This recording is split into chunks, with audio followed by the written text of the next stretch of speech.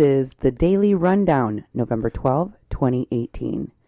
With Cindy and Duke. You're listening to 88.1 FM KPPP-LP Fargo-Moorhead, adding local color to your airwaves. In local news, an editorial by Joel Heidkamp has been circulating the airwaves in social media. Joel wrote, "Vicious," saying many words come to mind after reading the forum's Sunday editorial. Deceitful and vicious are two of those words. Joel Heidkamp, as many people know, is the brother of Heidi Heidkamp, who recently lost her bid for the Senate as a Democrat here in North Dakota. Joel Heidkamp is a commentator on radio station KFGO. An excerpt reads, "Many words come to mind after reading the Forum Sunday's editorial, deceitful and vicious." You can find more on KFGO.com. How in the world can the Forum say North Dakota needs a two-party system? They've done everything in their power to ensure that doesn't happen. In fact, their goals were entirely opposite, and they achieved them. The Forum has no standing to act as a messenger for diverse government, nor standing to act like they care. Matt Von Panan, editor of the Forum, no standing acknowledges in his editorial that some may call him a liar, nor standing to at least act one like will. they care. Me, Matt Von Panan, You're a liar, editor Matt. of the Has Forum, no not a very good standing to one. act In his as a editorial, messenger that doesn't really for matter to the diverse government, Forum, a does liar, it? nor standing They've got to act exactly one like they care. what they wanted, and this time, like before, they pretended that they didn't. Their hope is that their readers that they have left are too stupid and fall for it. My hope for North Dakota is that they won't. Your thoughts, Duke? Well, you know, the Fargo Forum has been pretty notorious for supporting Republican candidates, and at one time it was called a Republican newspaper. You know, and this has been going on for years, and I think that his Heidkamp's criticism is good. You know, it's good to be talking about this, but you can't blame it all on the Fargo Forum. I mean, North Dakotans, Democrats have not had a majority in the House or Senate for many decades. And I don't think that's the fault of the Fargo Forum. I think the Fargo Forum has been feeding that. I think the Fargo Forum has been working for candidates and supporting candidates and showing that support. But that's not the only thing that gets people out to vote and to build a party and to build a two-party system. I lay blame on a lot of liberal Democrats who don't want to go out and do the work. And again, there's a very small minority of representation of Democrats in North Dakota. And I think a lot of the problem is because of the North Dakotans that aren't actually waging a campaign to really get the Democrats out there in front and to really lead in the state. I think that they're lukewarm about their criticism of Republicans, not just in North Dakota, but nationwide. And I think that is costing them Democratic voters. Oh, yeah. Yeah. Well, that's my 2 cents and your 2 cents. In other local news, the battle over voter suppression continues to rage locally as former Ward 2 council member for Moorhead, Minnesota, Mark Altenberg, has been publicly taking to task the Moorhead City Council and others for their decision to change and or eliminate polling locations here in Moorhead during the midterm 2018 elections without following proper protocol or giving an explanation as to why they did it. Well, you know, Mark Altenberg, I think he's doing a good job exposing this. You know, he's went as far as to actually file some legal paperwork to try to hold the city of Moorhead accountable. And I think that's a really good thing for, community members in any community to hold their government accountable. Moorhead, though, has either made a really big mistake or they've done things in a way that they think is proper and they have to deal with it. And they didn't deal with it before the election. They eliminated the college campus polling places. And their excuse was that they were hardly used in the last election. We actually vote in Ward 2's college, the one that college students had to go to this election. It was packed with students. It was. They had to have a special table just for students. And there was a huge turnout. And if it would have been on MSU campus, those students wouldn't have had to leave and go, several blocks south. But at Concordia, they have to go a long ways away. They have to go 3-4 blocks north or go miles south. And I think that sort of thing is, it's going to deter students from actually voting. And the Moorhead City Council is actually having to deal with this. I believe it's on their agenda for tomorrow night. But they have to either obey the law that they broke and turn things back, or justify that they could do what they did and decide what the polling locations will be. So that's Moorhead City Council, Tuesday, tomorrow, 7 p.m. if you want to show up and participate in that. The Moorhead City Council doesn't really give you much time to participate. They give you maybe 3 minutes, and a lot of times they won't let you actually address them directly. So it isn't, it isn't really a easy way to get your voice heard, but that's where they're making the decisions. And the show of force and, just being present, letting them know that people want to be heard is important too. Mm-hmm. But, I think that there's a argument being made, not just here in Moorhead, but everywhere in the country, that when you have a higher voter turnout, it usually goes better for Democrats. And I think that the Republicans are kind of showing out everywhere that their real intent is at suppressing votes of Democrats that could overcome them in these elections.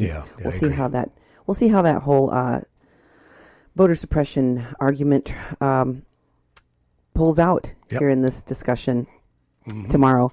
In international news, President Trump was largely alone as a world leader, as world leaders like Macron took aim at nationalism. This is from the AP. Reporting from Paris, Donald Trump being in Paris was America first. Nationalism means that America is largely on its own. All of this happened, of course, after this is new news that occurred, more criticism of President Trump after the debacle in which he opted out of attending the Veterans Day event commemorating the armistice along with other world leaders, including Canada's Justin Trudeau.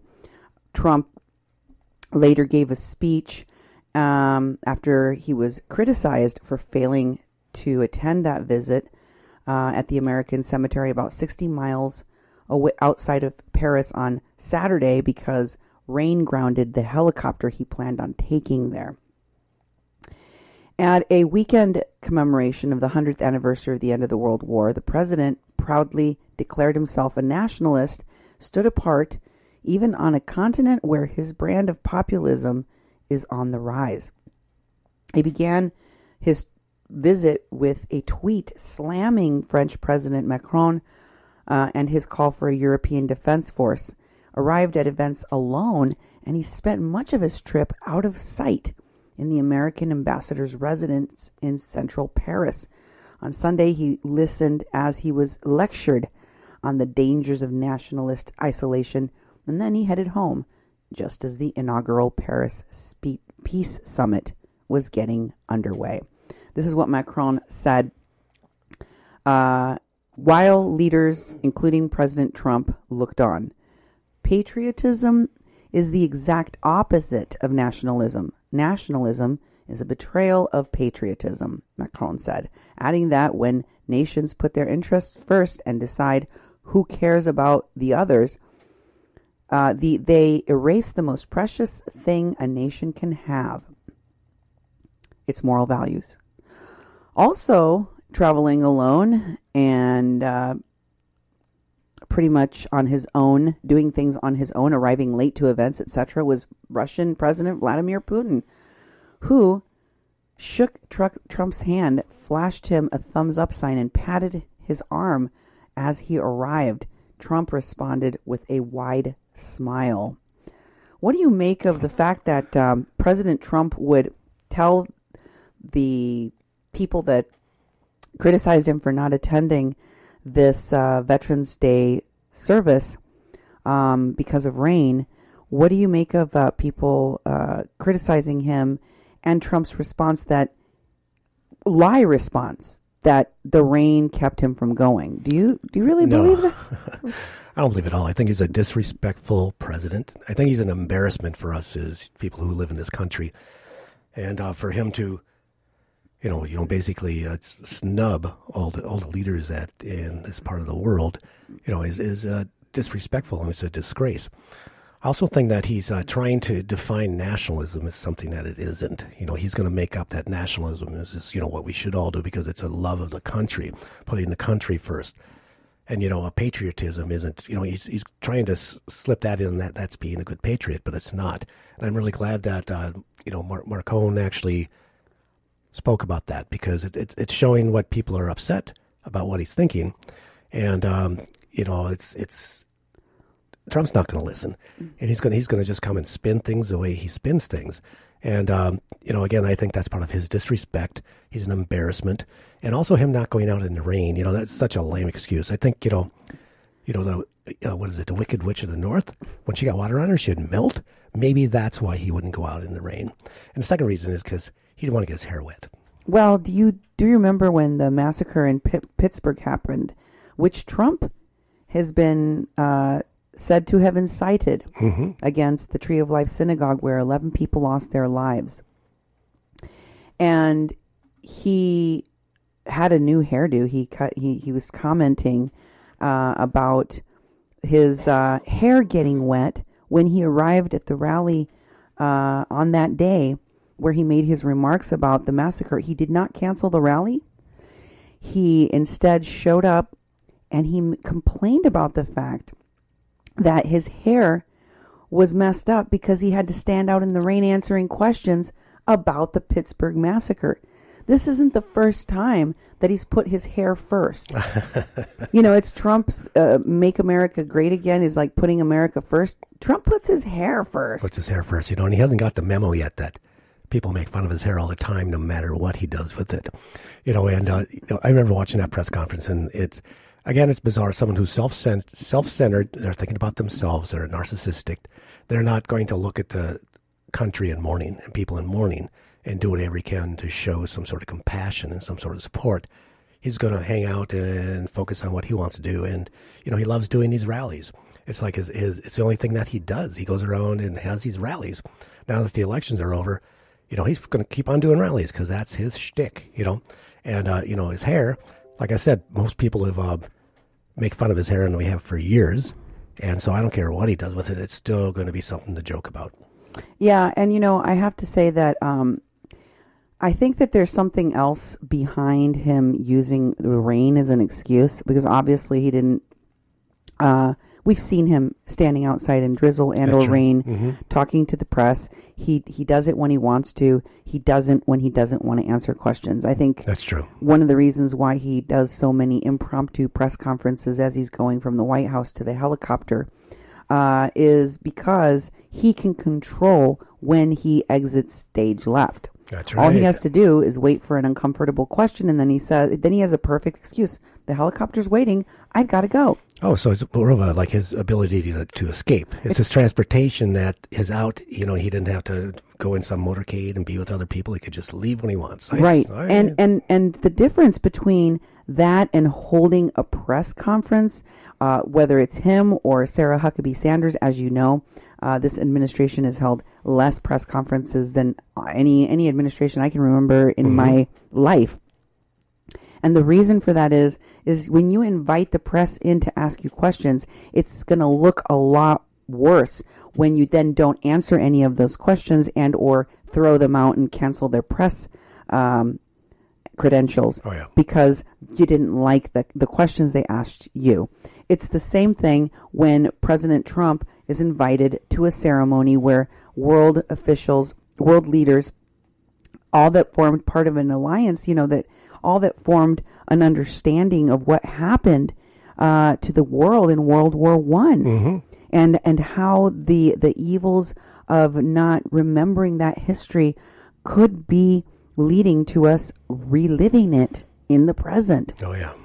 So the fact that he was kind of required, there are so many different ceremonies and duties of a president that this particular president has failed to do well. Of course, he was not welcome at McCain's funeral. We know that he wasn't welcome at Aretha Franklin's funeral. Yeah. We also know that he wasn't welcome at the memorial for the Pittsburgh massacre, and yet he introduced and forced himself in there to make himself the center of the discussion and also one of the many victims.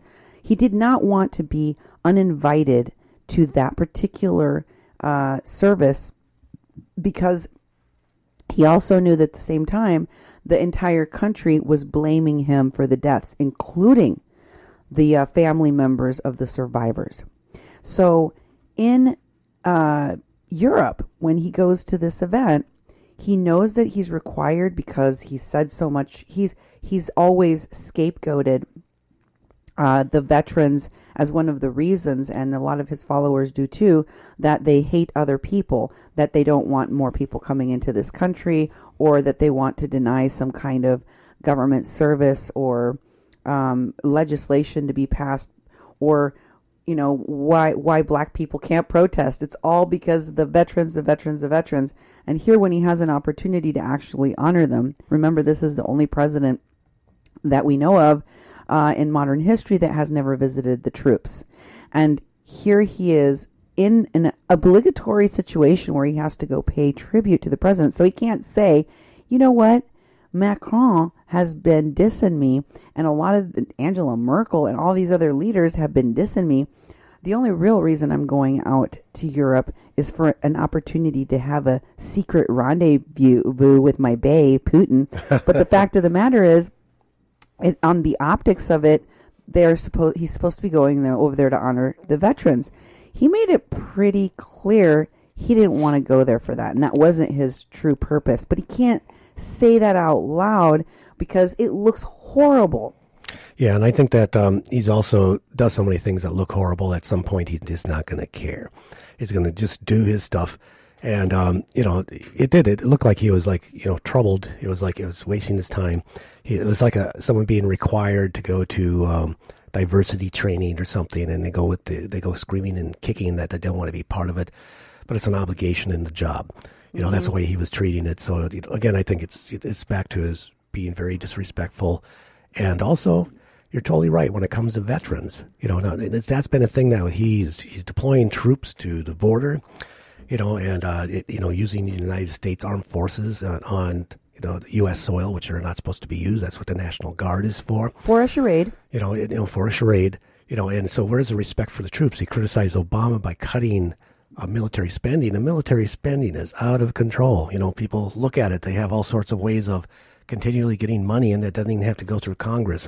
And it's bleeding us dry in our budget. So it's conflicting messages. One, he wants the military built up huge, and at the same time, he really doesn't give a rip about the military or veterans who have been in it. True. In other national news, the unfinished business of the midterm elections in states like Georgia and Florida rage on. Rick Scott reported in CNN, Rick Scott's campaign has announced 3 more election lawsuits. The Florida Republican governor, Rick Scott, is filing 3 lawsuits against county election officials as a recount has gotten underway in the Senate contest between himself and Democratic Senator Bill Nelson. In the first complaint, Scott's campaign alleges Broward County Supervisor of Elections Brenda Snipes counted a certain number of ballots after the Saturday noon deadline. The campaign announced it is filing 2 other lawsuits against Snipes and Palm Beach County Supervisor of Elections Susan Buckner, requesting voting tabulation equipment be impounded and machine recount after the machine recount is complete. The lawsuit also requests both supervisors be required to preserve all ballots and records connected with the 2018 elections. Well, they're lucky they even have paper, because a lot of voting machines are totally electronic. They don't print receipts. And, this has been a problem. It's been a problem not just in Florida. It's been a problem everywhere. And, of course, we go back to the Gore non-election in Florida and think about the hanging chads and that recount. They should be able to do a recount, an official recount that's independent of the candidates. And this idea that people are counting votes after the election, or these votes are showing up, these machines were held over there. It's so close that they have to take every vote that was counted, that was put in those machines, and they have to count them and be accounted for them. And I'm not sure what these lawsuits are doing except stopping the count, stopping the recount, and throwing shade on any of these efforts.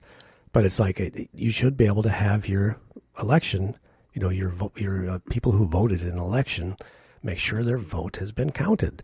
And, that's not done enough. In Minnesota, you actually, if you did the absentee ballot, you could check to see if your vote was counted, because many times it's not.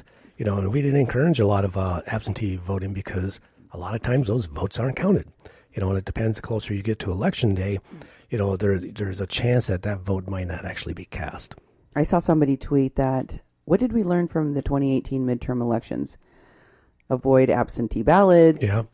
All of the things that I was saying and the reasons why, as a Mexican, I know that my vote has been suppressed or taken from me in a variety of different ways, including by not counting my votes that are submitted in absentee fashion, or other ways in which they cancel out, like these voter ID laws that they try to, they did implement in North Dakota, which greatly suppressed the vote of Native Americans, and other, exact match type of things that they do, so that if there's just one letter or one space off, your vote is not counted.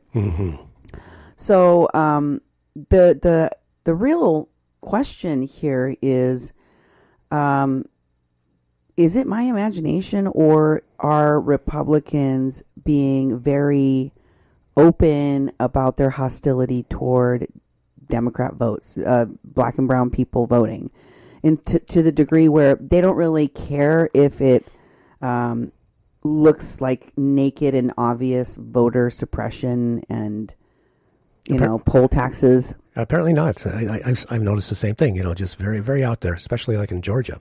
Specifically, all these votes weren't registrations weren't processed, and predominantly black community. And that college, that same thing there, that they have to fight to get to be able to vote every election. And it's mostly black and brown people. And I think it is totally out and open, because I think that in today's political society, if Trump has basically championed the racism and championed people's, the attacks against Mexicans, attacks against black and brown people in this country, and has made it okay to oppress people even further. So I think that sort of dog whistling is other government officials are doing it because they're not being held accountable for it. No, I mean, in Nevada, and I didn't know this when I first reported on the fact that a dead pimp that was a Trump-supporting Republican was elected, but there were signs posted at all the polling places letting voters know that he had passed. Oh. So that they would vote for somebody else, and they didn't. They still chose a dead Republican Trump-supporting pimp over the Democrat.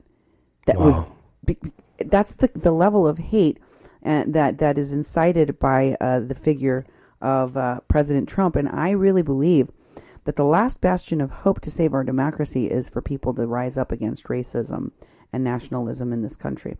But that's just my 2 cents. Oh, yeah. In other news, the New York Times is reporting that Jeff Sessions, in a last-minute act, sharply limited the use of consent decrees to curb police abuse. And from this article, it says that the move that Sessions made just before leaving office means that consent decrees, used aggressively by the Obama-era Justice Department officials to fight police abuse, will be more difficult to enact now. Mr. Sessions signaled he would pull back on the use of consent decrees soon after he took office, when he ordered a review of the existing consent decree agreements, including with police departments in Baltimore, Chicago, and Ferguson, Missouri, enacted amid a national outcry over the deaths of black men at the hands of officers. Mr. Sessions imposed 3 stringent requirements for the consent agreements. Top political appointees must sign off on the deals, rather than the career lawyers who have done so in the past. Department lawyers must lay out evidence of additional violations beyond unconstitutional behavior. And the deals must have a sunset date, rather than being in place until police or law enforcement agencies show improvement. The document reflected Mr. Sessions' staunch support for law enforcement and his belief that overzealous civil rights lawyers under the Obama administration vilified the local police. The federal government has long conducted oversight of local law enforcement agencies, and consent decrees have fallen in and out of favor since the first one was adopted in Pittsburgh more than 2 decades ago. The new guidelines push more of that responsibility onto state attorneys general and other local agencies. You know, this is horrible. This is really horrible, and also it's very underhanded to have the attorney general doing something on his way out the door when he's been so-called fired or let go or resigned. And this is something that the public doesn't know a lot about, because these agreements are holding police accountable, and it's not vilifying the police. It's actually pointing out the horrible things that police do and have been caught doing and need to change to actually continue to be law enforcement. It's accountability back to them upholding the Constitution. So when they're operating unconstitutionally, they need to be held accountable for it. They need to be punished for it. They need to make sure they change. And a lot of these decrees actually, they continued it, but we're still going to let them stay open. They're going to do business as usual, but we are checking in and we're trying to hold them accountable. This makes it so you're not going to be able to do that. That's going to be really hard to actually get one of these enacted, because you start going up the chain of these officials. I'm not sure who that has to be, but they could basically stop it in its tracks. When there's horrible things going on in law enforcement, like there has been in these decrees that are actually out there, that there's not going to be any repercussions for law enforcement doing what they do. So when they're shooting black people that are unarmed, when they are over-policing communities of color, they're going to continue to get away with it because there is no accountability. There's a lot of other different kinds of crimes that have been committed by law enforcement, planting false evidence on people. They've literally had black sites where they've tortured people of color.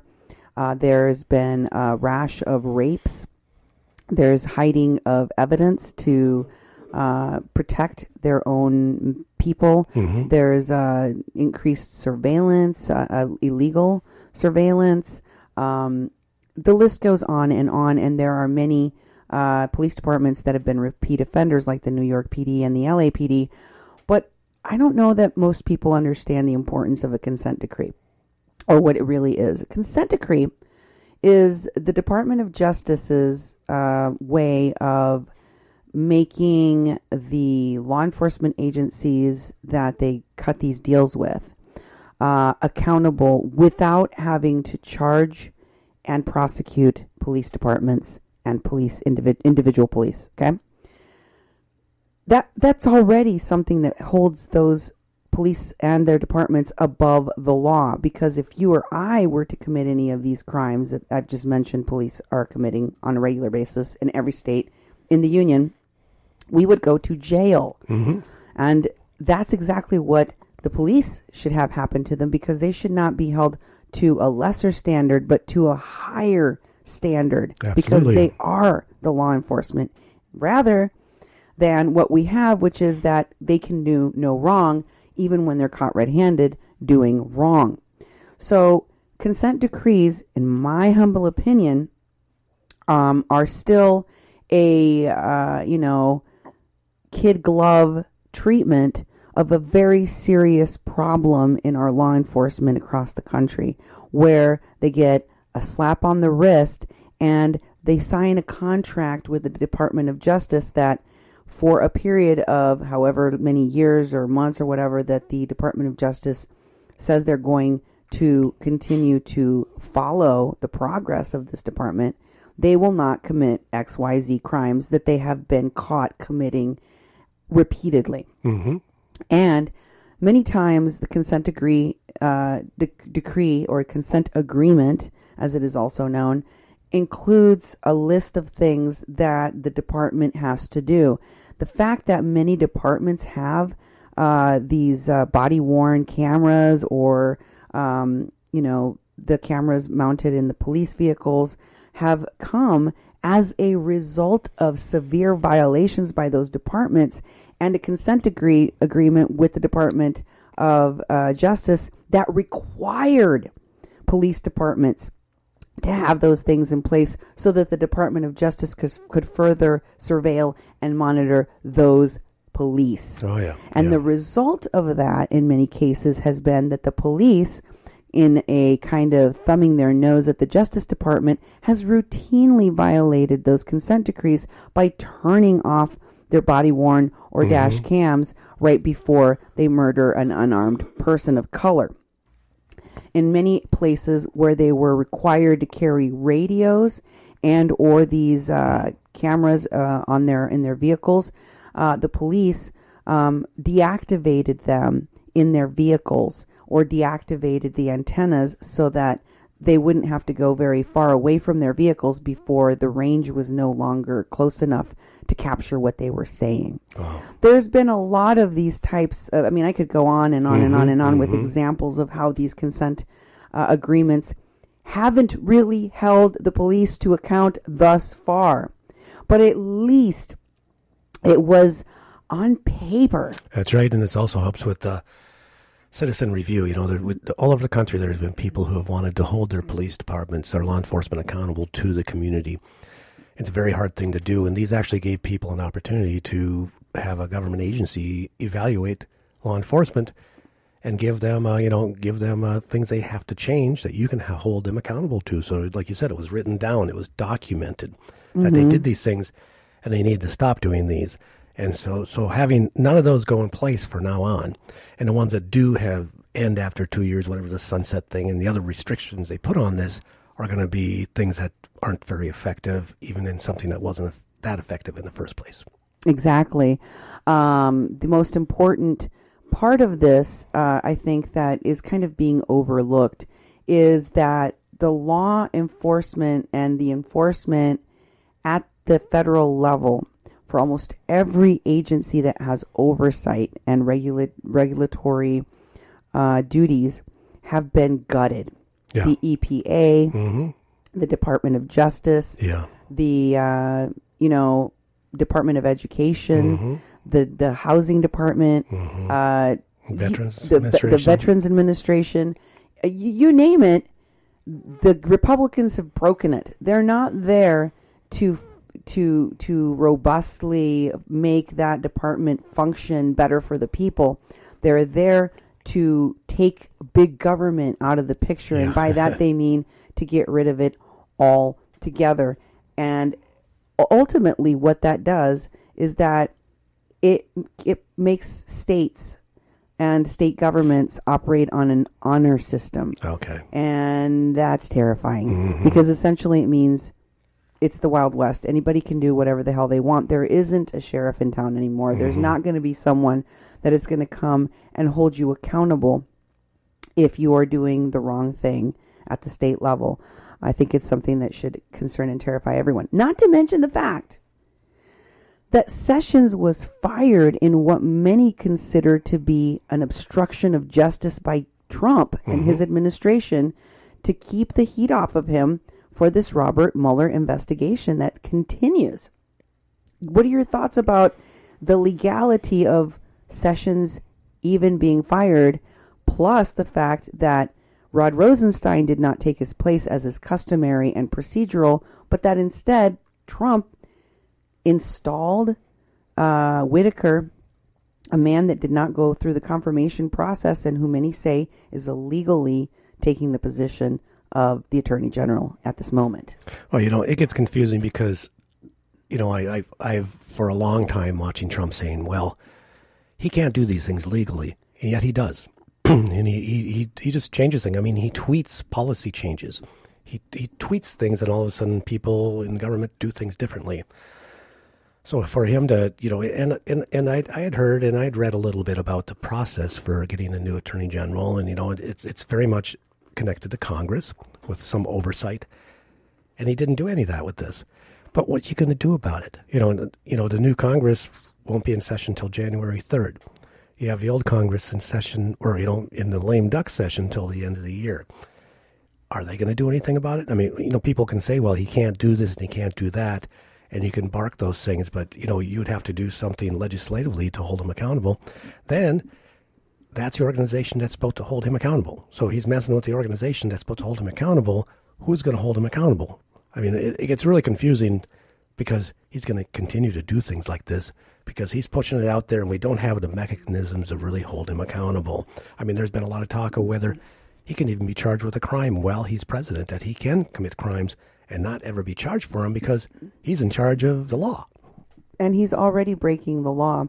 He's already violating it, and he has not had anyone enforce and or try to stop him thus far, up to and including the massacre that took 11 lives at the Tree of Life Church. That's true. Nobody is stopping him, and if you think that that's the worst of it, you're sorely mistaken, because I can guarantee you that despots like Trump only escalate their violence and their control, especially when it feels to them like they're not getting the kind of worship that they feel that they deserve, that is owed to them. Moving on here, we were talking about our troops being deployed to the border. What is not being discussed, and this is for a caravan that is thousands of miles away, still in Mexico. What isn't being discussed is that ICE detention centers have recently said that they are not responsible for the staff's sexual abuse of detainees. This was reported by the ACLU. According to the ACLU, all 50 states, plus the District of Columbia, and the federal government impose criminal liability on correctional facility staff who have sexual contact with people in their custody. These laws recognize that any sexual activity between detainee and detention facility staff, with or without the use of force, is unlawful because of the inherent power imbalance when people are in jail. Yet, one immigrant detention center is trying to avoid responsibility for sexual violence within its walls by arguing that the detainee consented to the sexual abuse. A young refugee with the initials ED and an asylum seeker and domestic violence survivor from Honduras was sexually assaulted by an employee while she was detained, along with her 3-year-old child, at the Burke's Family Residential Center in Pennsylvania. At the time of the assault, this young person, ED, was only 19 years of age herself. She filed suit against the detention center and its staff for their failure to protect her from sexual violence, even though they were aware of the risk.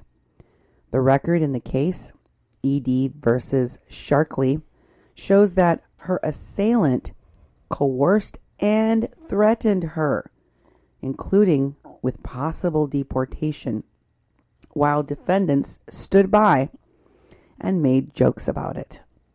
Although the employee pled guilty to criminal institutional sexual assault under Pennsylvania law, the defendants contend the detention center itself and their administrators contend they shouldn't be liable for any constitutional violations. Their argument rests in part on their assessment that sexual abuse was consensual and they should be held to a very different standard because the Berkeley Family Residential Center is an immigration detention facility and not a jail or a prison. Oh, it's horrible. And also they're hiding behind that, and that's another not well-known fact, that these are detention centers and people are being held without being charged. This because they haven't committed a crime under the criminal system. What's your definition of a jail? Well, yeah, it's a jail. They're held captive. They're in cages. They're locked in. They are not free to go. They're being watched. They're under the jurisdiction of the state. Even though they're a private institution, they're getting funding from the state. For these institutions to claim they have no responsibility is this huge slope of where their people are going to, they have been. This is actually just an indicator that people are being abused in these detention centers in these facilities across the nation, and there's no accountability, and they're just being upfront about it. They just say we're not going to be held accountable for this.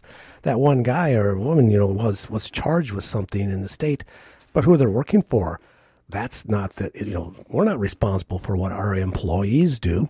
It's the exact opposite what they should be doing. But it also points out that they are hiding behind the fact that they aren't a prison and the people haven't been charged, and they are being held on a civil charge, and ICE is just implementing this way of kidnapping people and keeping them in detainment and claiming it's not prison, or they're and they'll sit there for they can sit there for years. Mm-hmm. Without charges. They do, and and that's been happening for a long time, and we don't look at that. The news doesn't really report much on it. There are some really good articles and analysis of it that we have read. But it's something that should almost be on every day, because we have these centers around us. There's one in Grand Forks. There's one in our community. What are they doing up there? Who's holding them accountable? Do you really believe that the people that are in jails and prisons in America who experience sexual assault, rape, etc., are that there's justice for them, that those correctional officers are charged, and there's the criminal liability that it says right in this article that the ACLU published is imposed on any facility that is federal or state?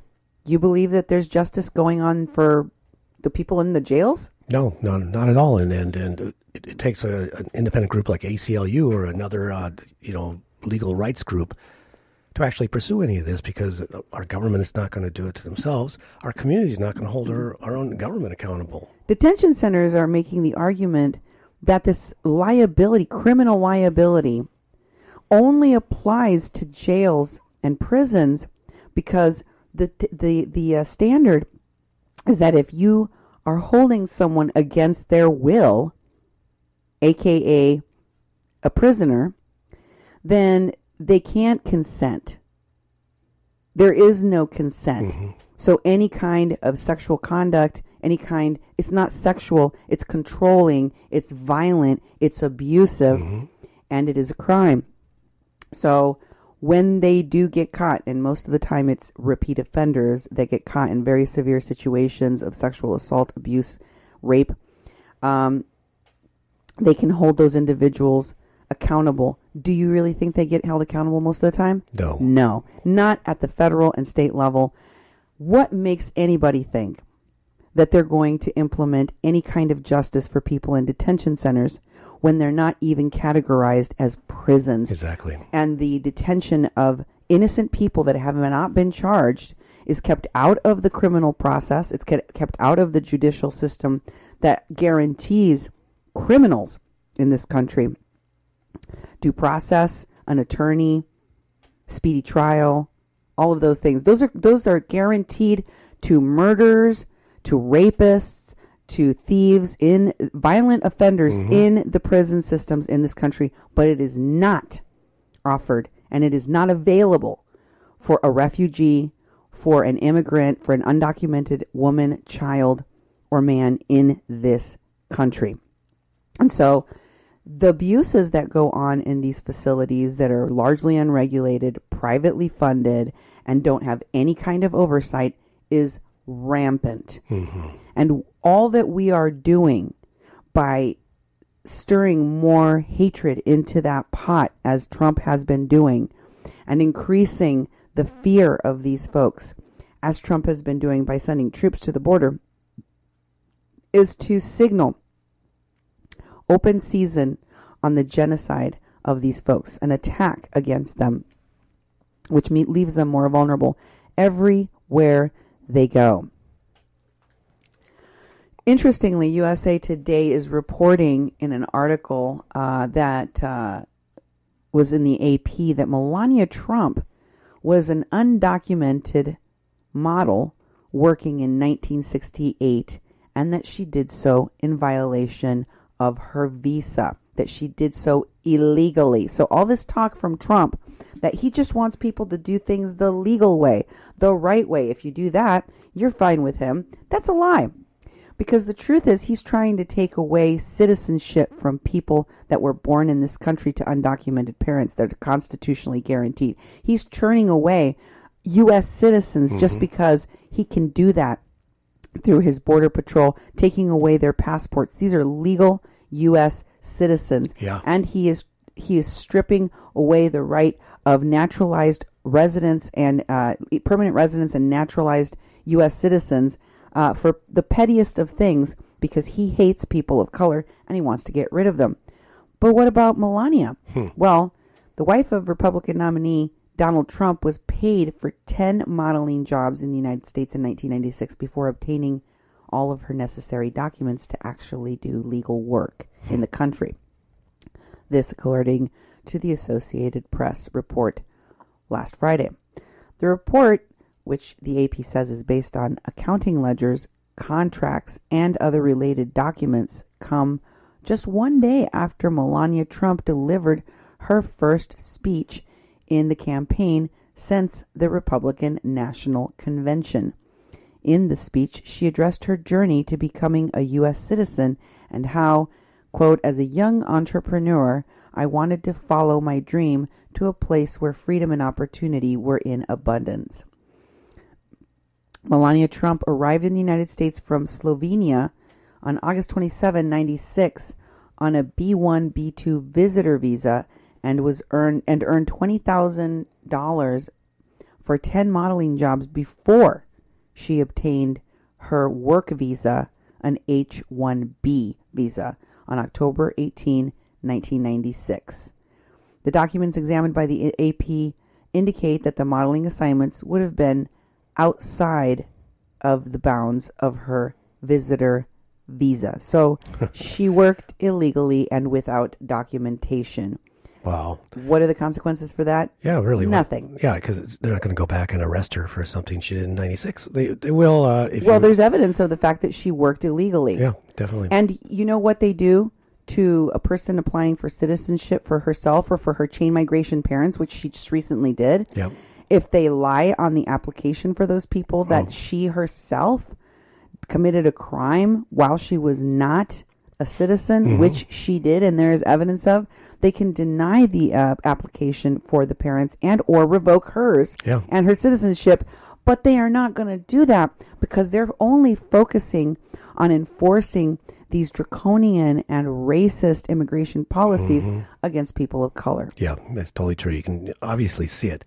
You know, they're not going to take the first lady and deport her and her parents, you know, and which they should. If they're going to do this the way they're doing it to brown and black people. They are doing it. You know, Melania should be held accountable the same way. You know, I totally agree with that. I think I've heard about this, but I haven't seen a report like this that actually shows the actual records and shows exactly, you know, what year it was and how much money she made and which visa she had. You know, so it's like I'm happy to hear about that. You know, I'm not happy to hear about the situation, but I see the hypocrisy of our government, of our president, saying one thing about one group of people, and then not his own wife should be held accountable. Like himself, he doesn't want to be held accountable for anything. He's the president. He can lie and cheat and commit crimes because he can. Mm-hmm. You know, so it's like I look at Donald Trump, and again, it's they're putting pressure on the southern border. I mean, he's ending up in court. He's not ending up in court, but there are court filings that have been filed about how he's trying to keep the people who are trying to cross the border right now to have to go to certain ports of entry and have certain information to be processed when they're seeking asylum. We're telling people you can't come here and seek asylum in this country, even though this country was supposed to be built on that. I mean, we have the Statue of Liberty out there encouraging people to come here and to have a better life. People are escaping violent, war-torn countries and want to come here and have asylum and have a better life. And Trump is making it harder, again, with these tweets he does and the way he does policy, which he just says it out loud. He doesn't actually follow any process. Someone puts the forms together for him to sign or something, that it's going to make people seeking asylum right now on specifically the southern border, not anywhere else, the southern border, because these brown people and black people are coming from Honduras and from Central America coming to the United States. He's calling it an invasion, and he's going to stop them at the border and no more asylum seekers. I think that's horrible. I think it's inhumane, and it's just a horrible thing to do to humanity. It's morally bankrupt, but it's also probably unconstitutional. The people that say he can't do that, or that's not legal, or he shouldn't be doing that, or he shouldn't be able to do that, that people respond, sue him, take him to court, do this, do that. Well, all of you are not acknowledging the very slow process of the justice system and the very unfair process of the justice system when it comes to people of color. Let's not forget, if we're going to be talking about what's legal and what's illegal, it was illegal to help Jews when the Holocaust was going on. It was illegal to help escaped black slaves during slavery. It was illegal for people that were of different races to get married. Or to even be together in public places. And to be together in public places. So when people talk about, well, you need to follow the laws, we're a nation of laws, there have been laws enacted in every generation that are not just morally bankrupt.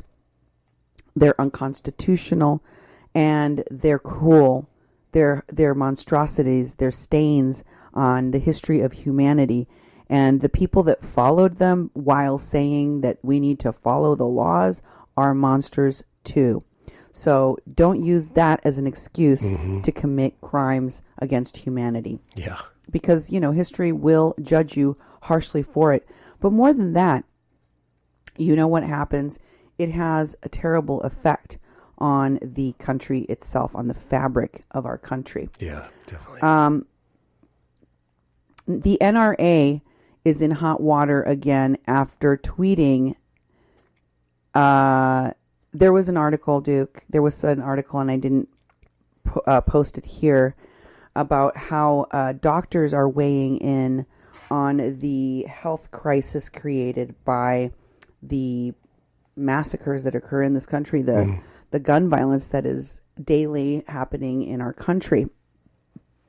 And of course, the recent killings that occurred at the Tree of Life, and then more recently, where was the one with the yoga, the incel that murdered a couple of women at a yoga? Yeah, I remember that one. I want to say it was California too, but I'm not sure. I'm not either, so sorry about that. And I apologize if I got the wrong place. But the other one was in California at the college country night. In fact, one of the people that did not survive that shooting in California was a survivor of the shooting in Las Vegas just a year prior. His mother angrily shouting at the cameras that she does not want your thoughts and prayers. She's tired of getting thoughts and prayers. Do not send her your thoughts and prayers. She wants gun control. She wants it now. Yeah, I think it's really important. The physicians, think about it, the people that get shot. We saw some news special that was measuring bullets in a way that what it does inside the body. And those military-style guns, the actual bullets, cause a sort of damage in the body that bullets from a 45 caliber handgun don't, which are totally horrible. Right. Bullet wounds are horrible. And for the medical community, which deals with the people shot, people hurt from guns, they should be able to weigh in, because that's what happens when people are shot. When people are killed, we have a medical community that actually has to take care of people. And for the doctors to look and say, if we didn't have this rampant availability of guns and ammunition across this country, we could focus our medicine on other things besides this. Because like you said, if you look at the mass shootings, there's been one every day this year. It averages out to one a day, and we're almost done with the year. And those are hundreds and hundreds and hundreds of people hurt, killed, maimed, the thousands, and the medical community should weigh in. So the NRA basically saying, you are in our arena here, you can't talk about guns. That's our job. They're a private organization. They're not government. They're a terrorist organization, in my opinion. And so they're cautioning doctors on, you shouldn't be talking about stay in your lane. I think that's very offensive. And I think it's also they're trying to maintain their control. And people will be out there going, oh, yeah, NRA. And North Dakota is a really big NRA state. It's when I was a kid growing up, they talked a lot about gun safety. I mean, their whole thing was safety, gun safety. So my brother went to some NRA trainings, then came home and taught me how to be safe with the gun, basically so I don't shoot people, hurt myself, or hurt my family. And I thought, that's a good thing to teach kids. Sure. But this is the NRA, and it's not about that anymore. I don't know if it was about that ever. So I've had an NRA influence, and they were out there with the political ads. I mean, they were trying to get Republicans voted into the House to be able to retain their ability to make money being pro-gun and making sure people can have guns all over this country. You should hear the tweet. You're right about them telling people, doctors specifically, to stay in their lane, but this is what they tweeted. They said someone should tell self-important anti-gun doctors to stay in their lane. Half of the articles in Annals of Internal Medicine are pushing for gun control. More upsetting, however, is that the medical community seems to have consulted no one but themselves. Wow. Can you imagine doctors questioned only other doctors and people in the medical field about what they thought about this public health crisis? That's right. We should just go ask Sally over there in the corner what she thinks. Well, I think the NRA wanted to be consulted by the doctors. Oh, I see. Yeah, should have asked us before you said anything. Well, this is all reported in Internal Medicine Annals. Yeah. Well, and there's no NRA consultants. How dare they publish their information? Right. And so, of course, the internet came back and responded. It was reported in the Washington Post that the silencing would not be accepted. Doctors expressed their outrage after the NRA tells them to stay in their lane. And it says that at first, Julie Melinek didn't know how to respond when she learned about the National Rifle Association's tweet telling doctors who dared to enter the gun debate to stay in their lane. But 2 days later, when the West Coast forensic pathologist was on her way to the morgue to examine the body of one of the country's many forgotten gunshot victims, the words came to her. She tweeted out, "Do you have any idea how many bullets I pull out of corpses weekly? This isn't just my lane," she tweeted. "It's my expletive highway." Oh, wow. Joseph Sakrin, a trauma surgeon at Johns Hopkins in Baltimore, who suffers from a paralyzed vocal cords after he took a stray bullet in the neck almost 25 years ago, refused to stay silent, saying, "I have two words for you. Hell no. Hell no for Thousand Oaks. Hell no for all black men that die and no one wants to hear about. Hell no for all those that we still may be able to save." These are just two of the countless medical professionals who have taken to Twitter under the hashtags "This is our lane," "This is my lane." Here are some others I want to share with you. These are all just random from either medical professionals or those who support them. "Someone should tell the NRA it's better to keep your mouth shut and let people think you're stupid than to open it and let people know you're stupid.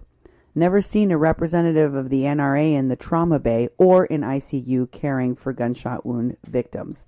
Hashtag this is my lane." Another one says, "It's literally preventative medicine. It's not anti-gun, but a mental health exam before getting a license should be basic. But without government funds and support, we can't even try policies in microcosms to see if we can improve anything." That was one similar thing I posted on 88.1's Facebook page in an article where someone proposed that they do checks of social media to look for hate speech before giving someone a license. It was one of the most controversial posts that you can find on our 88.1 FM Facebook page because of the division on gun control. Another one of these says, "This is my lane, aftermath of taking care of a young girl who presented with multiple gunshot wounds. I'm not here to discuss legislation. My concern is patience, and we need less coming in with bullet holes. At NRA wouldn't know anything about having someone die in your arms." Finally, Ann Coulter tweeted, "Emergency rooms doctors pull cue balls, vines, and gummy bears out of human orifices every week. That doesn't make them experts on pool, horticulture, or chewy candy. And somebody tweeted back to her, my colleagues and I are not only experts at saving lives, but also, as you point out, removing objects from orifices. I've got bad news for you, though. I don't know of an ER doctor alive that could pull your head out of the orifice. You've stuck it in. If you want to get more news like this, follow us on Facebook at facebook.com/Mexican Online or facebook.com/People's Press Project, and also facebook.com KPPP Radio. You can also follow us on Twitter at Medius_PPP and subscribe to our YouTube channel, Duke1517. Thanks for listening to The Rundown. Now have a great day.